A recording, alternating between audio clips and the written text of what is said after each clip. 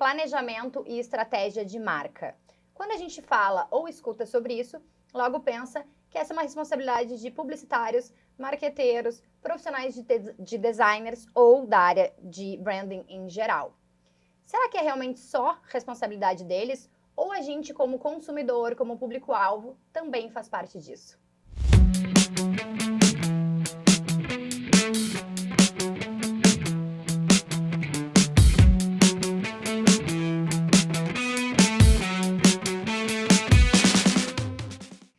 E para responder essas perguntas, conversar sobre alternativas, possibilidades e o que de fato envolve essa área de planejamento de marca, hoje eu tenho aqui comigo duas grandes comunicadoras, entre elas, Dani Lazarotto, muito obrigada, e obrigada. Melina Fernandes, Dani publicitária e CEO, porque a gente dá o nome que quiser para os nossos cargos, né? Fundadora da Cordão, e a Melina, que é gerente de operações da Critério, Resultado e Opinião Pública.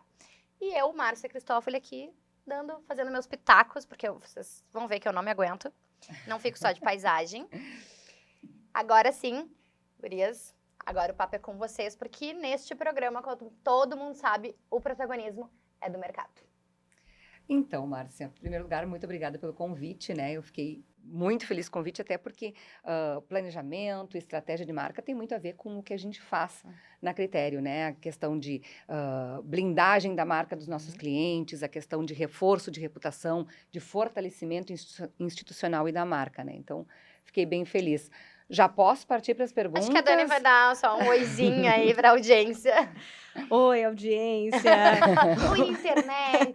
Oi, Márcia, Melina, muito obrigada pelo convite. Estou super feliz de estar com vocês aqui. Me segurem, porque eu amo esse assunto, sou apaixonada por marca, então eu vou falar loucamente aqui sobre esse assunto. Segurem. Quando a gente fez o convite, a Dani perguntou: mas a gente vai... eu preciso preparar alguma coisa? Eu falei, não, tu precisa falar do que tu adora. É só sobre isso, então fica tranquila. Também gosto de falar bastante, então vai ser um papo ótimo, bom, né? Mas para quem nos assiste, então, Dani, primeiro, o que é um planejamento, uma estratégia de marca e por que eu, como dono de um negócio, devo me preocupar com isso? Vamos lá, então. Tem muitos motivos para você, dono de um negócio, se preocupar com marca. Para a gente entender marca, né? O que é marca? Acho que as pessoas, quando a gente fala de marca, pensam diretamente num logotipo, num conjunto de cores, né? A gente pensa sempre no visual, que é aquilo que a gente explica mais rápido quando a gente tem que falar o que é uma marca. Mas uma marca, ela é muito mais do que isso, né? Ela é claro que faz parte dos elementos visuais, mas ela também tem muitos elementos simbólicos, ela tem muitos elementos emocionais, ela tem muitos significados que vão além do que a gente pode ver ou até tangibilizar numa identidade visual, uma identidade verbal dessa marca. Então, a marca, ela é esses ativos, né, que a gente vai deliberadamente construir na cabeça do consumidor para que ele tenha a imagem que a gente deseja daquele produto e serviço. Então, isso é uma estratégia de marca, é saber o que eu quero que a minha empresa signifique para o meu consumidor, o que eu quero que ele sinta, o que eu quero que ele pense e, especialmente, como que eu quero que ele lembre da minha empresa quando ele tiver uma necessidade de compra. Benefícios de uma marca, assim. É muito...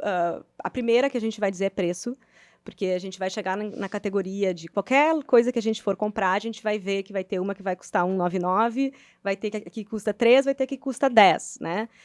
Muitas vezes a diferença de produto não é equivalente à diferença de preço. Então, a primeira coisa que a gente fala sobre marca é que a marca transforma a commodity em algo que tem valor, né? Então, tu tem produtos que têm um preço standard, assim, no setor, e quando você tem uma marca agregada àquele produto, você consegue cobrar um pouquinho mais. Outros benefícios. Quando a gente tem uma marca estabelecida, onde a gente conseguiu criar essa marca, a gente consegue dominar uma categoria na cabeça das pessoas e fazer com que a nossa empresa seja mais lembrada num momento de compra. Então, o consumidor está lá, eu preciso comprar pasta de dente, acabou minha pasta de dente. Quais são as marcas de pasta de dente que estão na minha cabeça? Então, quando eu chegar ali na farmácia, no supermercado, eu vou ver algumas marcas e algumas delas vão me evocar coisas que, para mim, vão remeter à qualidade, vão remeter a cuidado, vão remeter a limpeza, vão remeter a infância, né? Tem algumas pastas de dente que vem na minha cabeça que tem gostinho de infância, De né? tutti-frutti. Exatamente. Não vou dizer a marca, mas se quiserem nos patrocinar, a gente, eu posso falar, várias. Então, a gente tem que...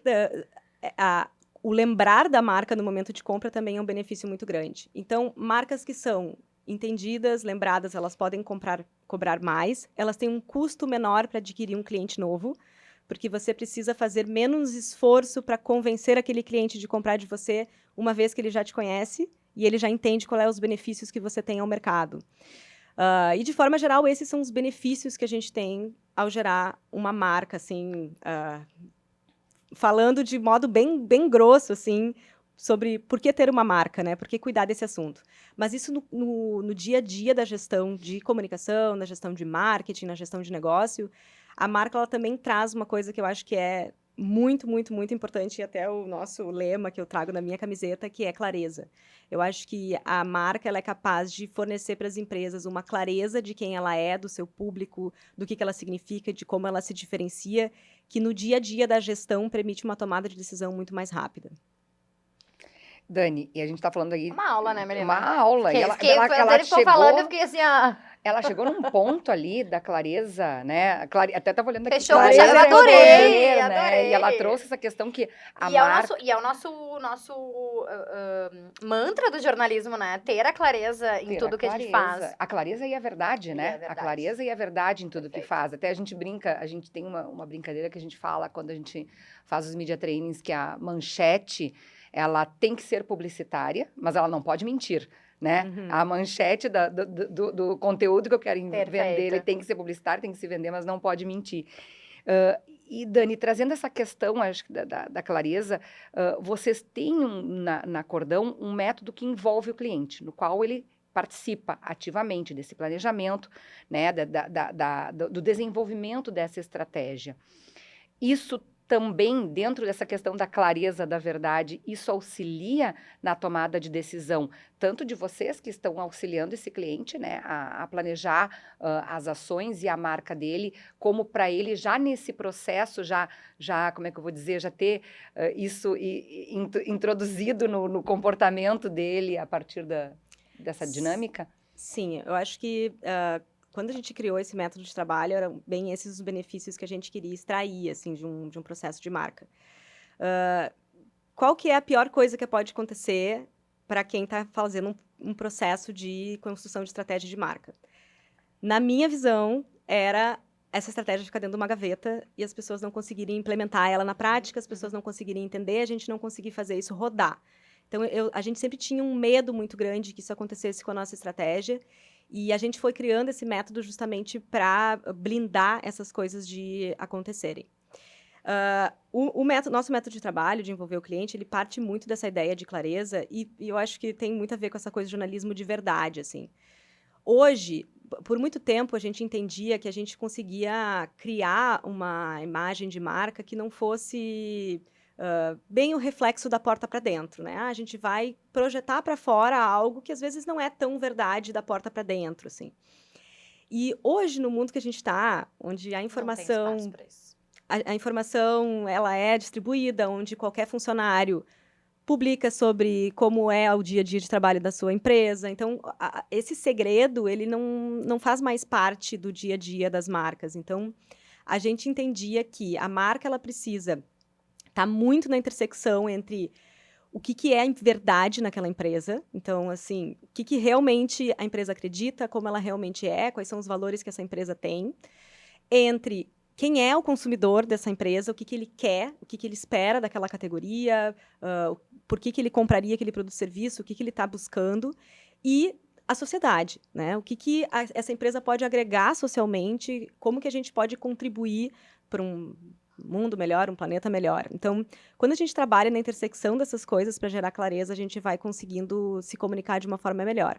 E o nosso método, onde a gente pega perguntas muito difíceis e quebra em pequenos pedaços e coloca o time do cliente ali dentro para a gente ir guiando eles naquelas respostas, ele ajuda muito que a gente tenha uma verdade muito grande, uma autenticidade muito grande, extrair essa autenticidade do cliente E nós, da Cordão, vamos fazendo o papel de advogados do consumidor, né? Onde a gente vai tentando equilibrar um pouco aquela visão interna, para ela não ficar muito... Intrínseca demais. É, Viciada. eu digo umbigo-centrada, né? Muito centrada no seu umbigo, assim, para ela não ficar muito só a empresa. A gente ter o olhar do consumidor, o olhar da sociedade também. E, ao mesmo tempo, a gente consegue que as empresas, os times dominem a estratégia, né? Porque eles construíram, de fato, cada pedacinho dela, né? Então, a gente ganha uma clareza muito maior na hora de implementar. Está mais complexo esse processo, com tantas causas, né? A gente, recentemente, assim, a gente vê cada vez mais, nós somos influenciados na hora da compra, né? Eu vou comprar esse produto porque essa empresa cuida do meio ambiente, porque não é testado em animais. Ou eu vou comprar esse produto porque eles têm uma política desta loja, desta empresa, porque eles têm uma política de contratação de mulheres, de contratação de negros. Então, assim, está mais complexo fazer esse trabalho com o cliente, porque a gente estava falando em verdade das marcas, essa questão de esmiuçar isso internamente. E a gente vê também, muitas vezes, escândalos aí envolvendo crimes ambientais, trabalho análogo à escravidão de empresas que tinham lá no seu site a sua política ESG, né? Missão e valores. Missão e valores, e que não conecta. Então, tá mais complexo esse trabalho? Eu acho que o trabalho de gerenciamento de marca está complexo por N motivos, né? Eu acho que isso só vai piorar. Então, a gente está num momento que as coisas não vão melhorar, a gente tem que aprender a lidar com essa complexidade. Eu acho que essa transparência que a gente ganhou no mundo, vamos dizer assim, no advento da internet, né? No mundo digital, essa transparência que a gente ganhou com as marcas, ela tornou os telhados de vidros um pouco mais expostos, assim. Então, eu acho que, por um lado, isso é bom, porque ajuda as empresas a entenderem que elas precisam conectar prática e discurso, né? Então, começam a resolver problemas que, de outra forma, talvez não fossem resolvidos, né? Questões que talvez não ganhassem a urgência necessária se elas não estivessem realmente à mostra. Por outro lado, para quem está gerenciando isso coloca realmente um grau de incerteza, né, de dúvida, porque às vezes você está olhando para um lado que você acha que está lindo e você não olhou um pouquinho para o lado que talvez não esteja bonito e você não olhou para lá, né? Então, com certeza tem essa dificuldade, e para isso a gente conta com a Critério para nos ajudar quando... Mas, Dani, deixa eu aproveitar o gancho da Melina, que recentemente a gente fez um episódio, a gente publicou um episódio sobre gestão de crise. E se falou muito, a gente deu muitos exemplos, né? Enfim, conversamos sobre plano de contingência, o quanto é necessário isso. Na tua área específica de estratégia de marca, às vezes de dar vida a uma marca e às vezes de reposicionar uma marca, enfim, isso entra na pauta de vocês, assim, essa coisa de, tá, mas e se der uma crise aqui, como se resolve? Talvez não o plano de contingência, mas as possibilidades de crise entram no teu trabalho como estrategista de marca? Ou isso não, quando estourar a gente vê? Entra menos, assim, claro que não é quando estourar a gente vê. Eu acho que a gente, quando vai posicionar ou reposicionar uma empresa, a gente precisa entender primeiro onde ela está posicionada, como ela é percebida, né? E entender quais são os calcanhares de Aquiles que existem, né? Então, vamos lá. Podemos dizer que uma empresa X, uma vez, teve uma qualidade incrível nos seus produtos e existe uma percepção hoje de que esses produtos estão menos duráveis, né? Dando um exemplo de uma situação. Pode acontecer da empresa querer se apoiar numa reputação de marca do passado que não é mais verdade hoje. Então, é nosso papel apontar que a realidade de percepção de marca hoje não é mais a durabilidade do seu produto. Então, você não pode mais usar isso como um atributo, porque isso pode ser um telhado de vidro para você. Então, vamos entender outros atributos para a gente trabalhar. Então, a gente sempre vai entender o que é importante para o consumidor, como ele está percebendo, o que ele vê naquela marca, o que atrai ele para aquela empresa ou para aquela categoria e o que aquela empresa tem de verdade. Então, a gente vai encontrar na intersecção dessas coisas as coisas que nos interessam fortalecer. Tem coisas que não vão nos interessar fortalecer, porque pode ser um calcanhar de Aquiles para nós.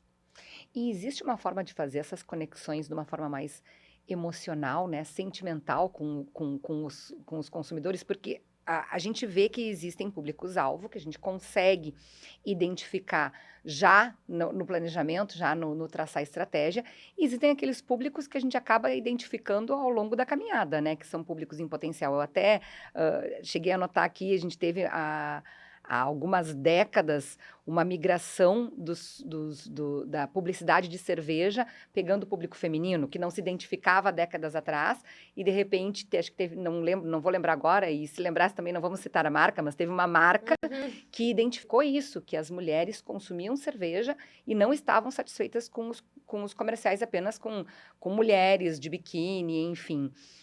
Como que se dá essa conexão emocional com os consumidores e que novos consumidores e públicos que não estavam mapeados vão se conectando ao longo dessa caminhada? Toda marca, ela é uma moeda, né, de dois lados, assim. A gente tem um lado concreto, que é o que ela oferece de atributos de produto, de características mesmo, que eu sei que eu vou encontrar naquela marca. E tem o lado simbólico, que é o que essa marca... Qual é a relação que eu nutro com essa marca, em primeiro lugar, e qual é a relação que os outros vão ver em mim ao me perceber usando essa marca. Então, essas são sempre as moedas que a gente tem que entender, que tem um lado muito, muito simbólico e muito concreto. Então, as roupas que a gente veste, a gente estava conversando sobre isso, como a gente vê as gerações mais novas criando identidade a partir das marcas que se vestem, né? Então, quando eu quero expressar que eu sou mais rebelde, eu uso um tipo de marca. Quando eu quero expressar que eu sou mais moderno, que eu sou mais ligado ao hip hop, que eu sou mais, enfim, né? O cinema, quais são as coisas que me atraem? A gente vai tendo marcas para compor a nossa identidade. E também outras coisas do nosso dia a dia, que às vezes não são tão óbvias como o segmento de moda, eles vão ajudando a gente a comunicar a forma como a gente quer ser percebido pelos outros. Então, a marca, ela sempre tem um papel social, simbólico, ela tem um papel pessoal, que é a minha relação e aquilo que eu estabeleço no meu dia a dia. Então, vamos pensar, antes a gente falou da pasta de dente com gosto de tutti-frutti, né? Qual é a memória afetiva que eu tenho com aquela marca?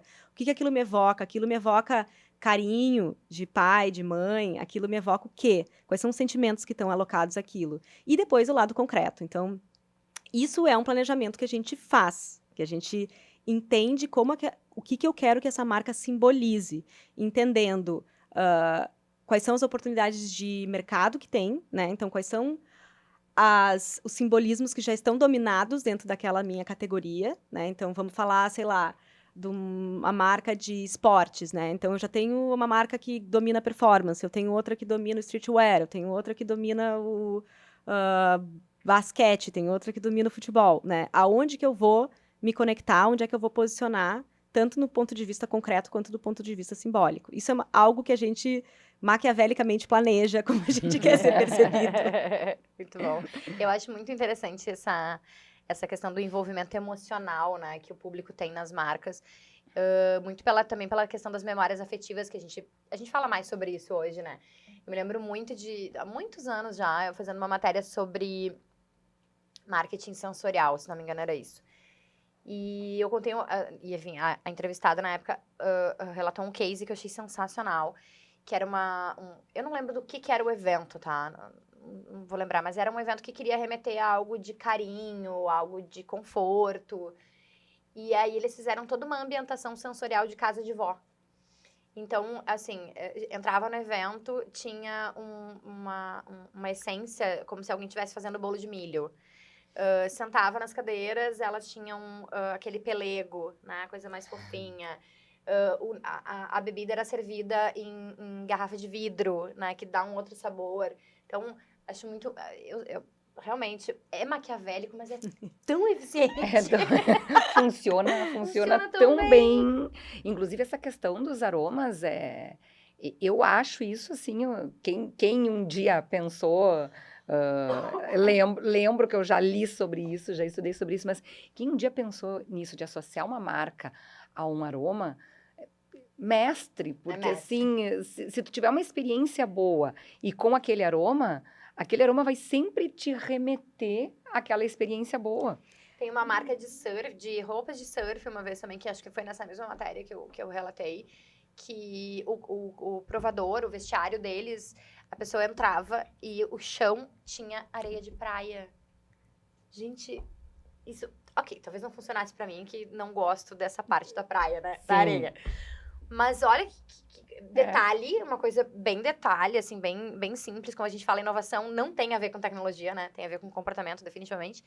É uma coisa muito simples e que remete realmente a essa força da marca, né? Isso tudo que vocês estão dando exemplo são o que a gente chama de ativos de marca, né?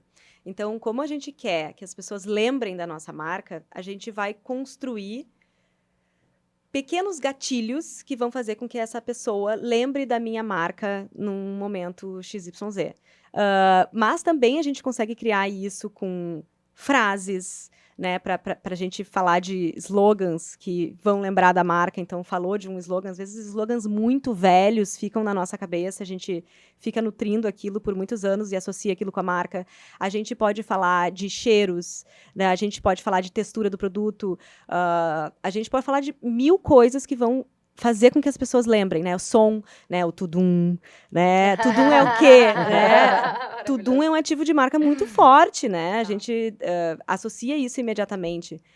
A gente ouviu o barulho da latinha abrindo. Então, todas essas coisas são pensadas para criar esse ativo de marca. Como é que eu vou fazer um gatilho para que as pessoas pensem em mim, lembrem em mim num momento de compra? E como medir isso, Dani? Porque a gente agora falando aqui, eu lembro quando eu entro, quando o cheirinho do bolo de milho da avó, eu gosto quando eu entro em tal loja por causa do aroma, inclusive agora tem para vender o aroma, no meu banheiro eu tenho tal do aroma. Mas como que eu meço esses resultados? Porque trazendo aqui um pouco para o nosso trabalho, né, em assessoria de imprensa, em gestão de comunicação, é um desafio mostrar para o cliente que aquilo ali está dando resultado, aquilo ali está convertendo em negócios, está convertendo em conexões, está convertendo em relações com o mercado. Quais as métricas e indicadores que vocês utilizam assim para dizer, aqui funcionou, esse nosso planejamento, essa nossa estratégia deu certo? Eu acho que um dos grandes ganhos que a gente teve com o marketing digital foi aprender a se relacionar com métricas, né? A gente tinha antes uma coisa muito espiritual, né? Da Empírica. propaganda, muito, nossa, a gente vai botar um comercial lindo, a gente vai ter um ganho de longo prazo. E a gente ia deixando por aquilo mesmo e vamos ver o resultado. Ele era subjetivo, né? Medido somente lá na venda e olhe lá, né? Porque tu ia justificar 1000 coisas que impactaram na venda se o resultado não fosse tão bom quanto se esperava. Mas hoje a gente está muito mais orientado por métrica. Métricas de marca são muitas, e obviamente a gente vai selecionar uma métrica que faça sentido para aquele cliente, para a situação dele.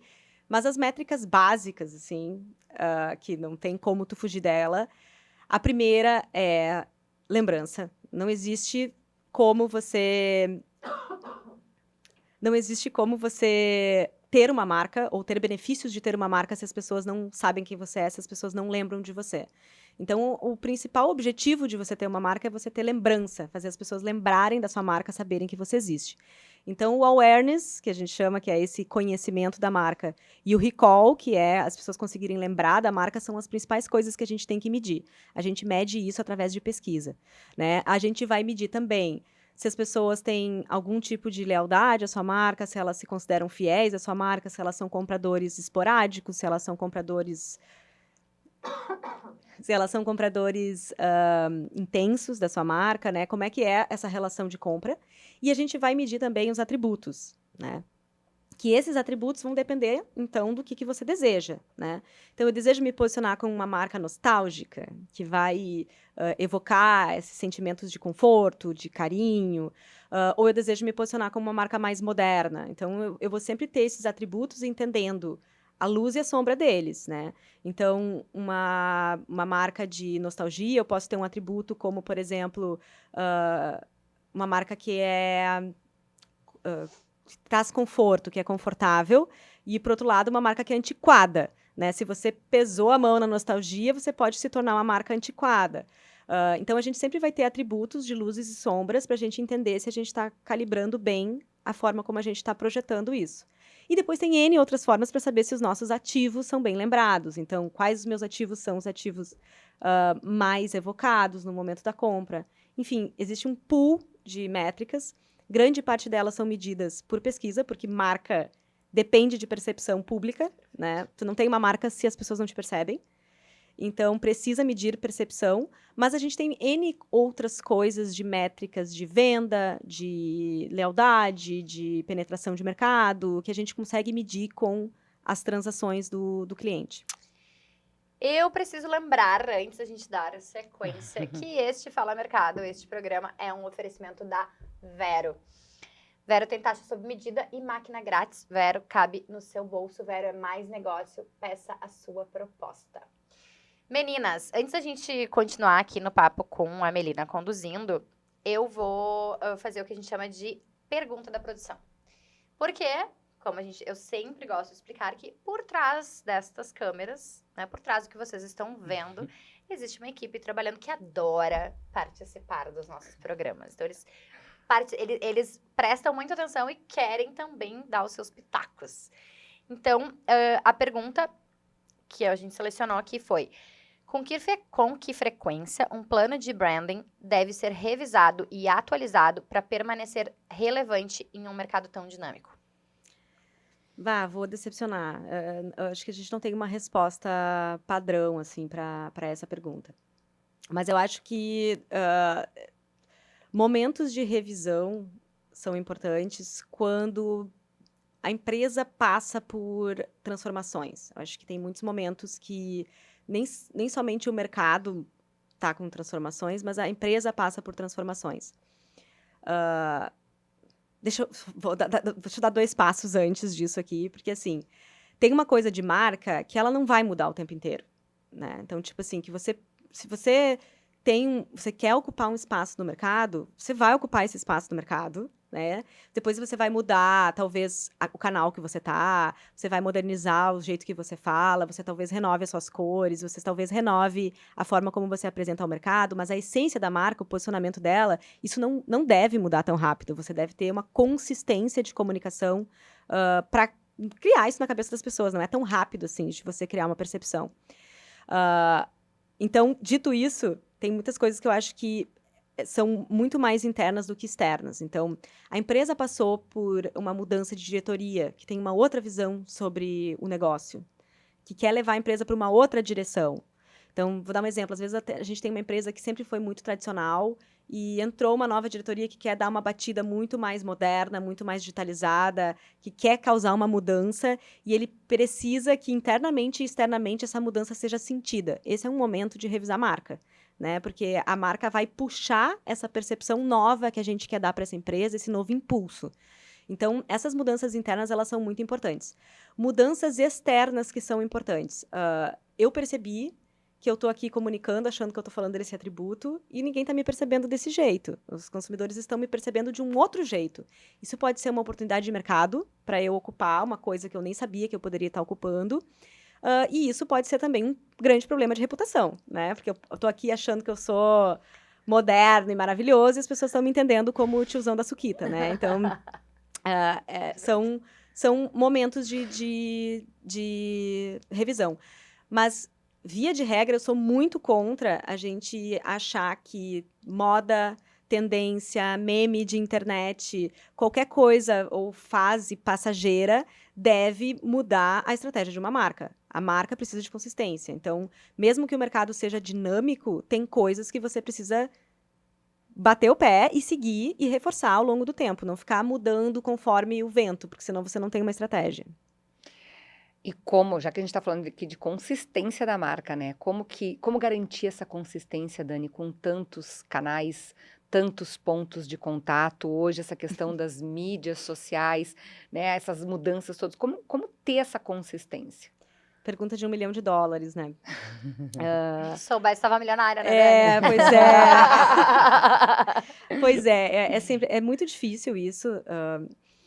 Eu acho que tem uma coisa que acontece muito, assim, que as empresas, elas muitas vezes pensam nos canais de comunicação que eles têm, né? Então, eu vou pensar, ela pensa na sua marca através dos canais. Então, a minha mídia digital é assim, o meu site é assim, na minha loja eu tenho isso, no meu produto eu tenho isso, na minha embalagem eu tenho isso, o uniforme do colaborador eu tenho isso. Ela pensa na marca através dos canais que ela tem para chegar no consumidor. O consumidor, ele não experimenta dessa forma. Ele não entende que, a marca está falando assim porque é o site, né? Na revista falaria com uma linguagem mais séria. O consumidor não consegue entender essas coisas de canais e entender as diferenças que a marca tem.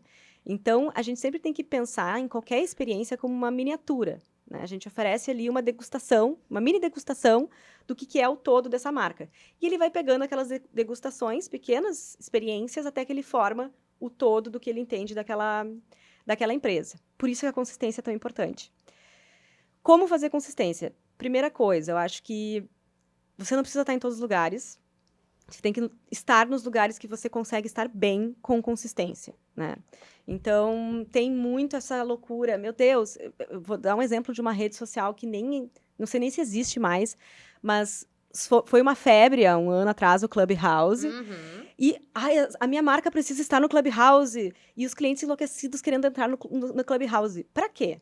Você vai conseguir estar lá com consistência? Você vai conseguir estar lá passando a mensagem correta para o seu consumidor? Então, eu acho que essa revisão de canais e entender que você não precisa estar em todos os lugares é uma das coisas que vai te trazer consistência. E a segunda coisa é a clareza. Então, tipo assim, se você não tem clareza do seu posicionamento, de quem você é, você não vai ter consistência. Porque a cada momento você vai estar falando uma coisa que você acha que é importante naquele momento. E as pessoas estão falando de tal meme na internet, então eu tenho que correr e falar desse meme mesmo que isso não tenha nada a ver comigo. Agora a moda é inteligência artificial. Mas sei lá, você é uma marca de bolo, talvez você tenha que falar mais sobre carinho do que sobre inteligência artificial. Então, é muito você entender quem você é e o que faz sentido para você, do que você tentar correr atrás de qualquer tendência que brilhe na internet. E é difícil fazer o cliente entender isso, né? Porque geralmente o cliente quer estar em todas as A mídias. grande missão, né? A grande missão. Gurias, tá chegando a hora que eu mais odeio neste programa. Ai, meu Deus. O fim. Então, antes da gente finalizar, eu vou lembrar para quem chegou até aqui que vocês podem curtir, compartilhar, se inscrever no canal, ativar o sininho pro YouTube te avisar sempre que tiver conteúdo novo, comentar, jogar pra galera. Que isso, eu não posso mais dizer que a mesa tá pesada, porque o diretor me xinga. Mas é porque é tão bom que eu adoro dizer que essa mesa tá pesada. Muito boa. Última pergunta, Melina. Ai, que bom que tem mais uma, porque eu tava aqui, ó, nervosa me pra fazer coçando. essa. A gente tá falando aqui de redes sociais, de mídias sociais, né? Então, como se posicionar nas redes sociais. Hoje a gente estava justamente comentando isso, né, Dani? Tu falavas que não precisa estar em todos os canais ao mesmo tempo, tem que fazer sentido. Mas a gente sabe, ao mesmo tempo, a gente está falando que o marketing digital conseguiu dar um pouco de clareza para os indicadores e para os resultados. Como nesse mar de mídias sociais, nesse mar de possibilidades e influenciadores, quais as dicas para quem quer estar aí? É complicado. É que tudo vai fazer sentido de acordo com a tua estratégia, né? Eu acho que a estratégia de cada empresa vai ditar como ela vai estar numa rede social. Mas o que eu acho importante quando a gente fala de redes sociais é a gente olhar ela como uma rede social e não como uma mídia social. Então, você pode estar numa mídia social só como mídia, falando de si, colocando ali o seu conteúdo, ou você pode entender que aquilo é um espaço de troca, um espaço de construção, de conversa, de comunidade. Então, eu acho que a primeira coisa é você entender por que as pessoas estão naquelas redes, o que o seu público está fazendo lá e o que interessa a ele lá dentro. E a partir disso, você usar a sua rede social não só para você falar, mas principalmente para você ouvir e entender comportamento, pegar feedback para você trabalhar, né? Então, o que as pessoas estão falando sobre a minha marca? Isso consegue dar para a gente uma pista rápida daquele tracking de marca que eu vou fazer a cada 6 meses, entendeu? Então, isso vai permitir com que eu ajuste a minha estratégia de comunicação com muito mais velocidade.